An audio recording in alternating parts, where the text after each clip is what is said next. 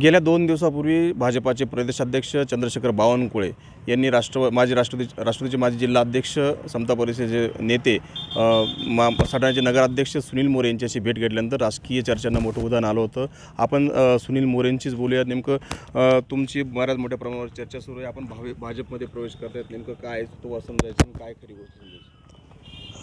2016 मध्ये ज्या लोकनियुक्त नगराध्यक्ष झाले त्याच्यामध्ये आम्ही स्वतंत्र आघाडी करून जवळजवळ 9 नगरसेवकांनी नगराध्यक्ष म्हणून निवडून आलो होतो। त्यानंतर भारतीय जनता पार्टीची 5 वर्ष आमची प्रामाणिकपणाने युती होती आणि युतीमध्ये आम्ही 5 वर्ष विकासाची प्रचंड कामं या सटाणा शहरामध्ये केली।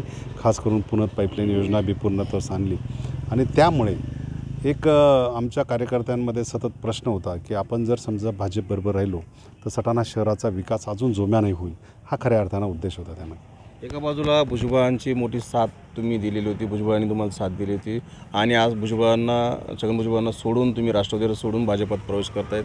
काय तुमचं मत काय होतं, काय भूमिका असणार पुढची?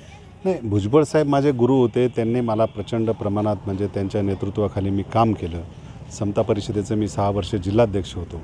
परंतु असं भुजबळांना सोडून जाणं असं म्हणता येणार नाही। शेवटी आदर्श भुजबळ साहेब होते असं नाकारून पण चालणार नाही। तो शिक्का माझ्यावर आहे आणि तो राहील, परंतु मी ज्या पक्षात प्रामाणिक होतो त्या प्रमाणात काम केलं। आता भाजपमध्ये गेल्यानंतर भाजपचं प्रामाणिकपणानं काम करेल।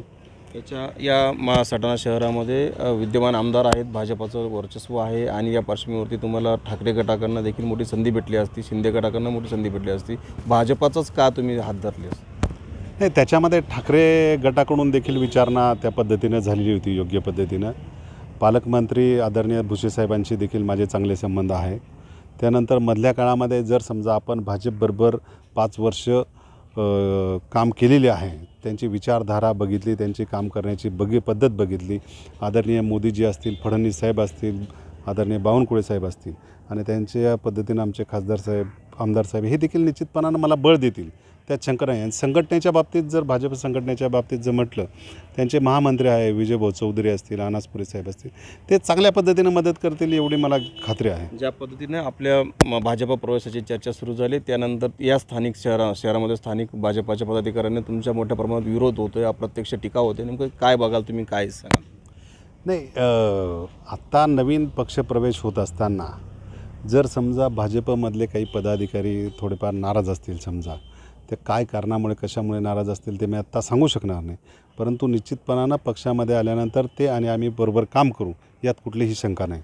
एकंदरीतच भुजबळांना किंवा राष्ट्रवादीला सोडचिठ्ठी दिल्यानंतर माजी नगराध्यक्ष सुनील मोरे यांच्या माध्यमातून भाजपाला एक मोठी ताकद या ठिकाणी मिळणार आहे। मनोहर शेवाळे, TV9 मराठी, बागलाण।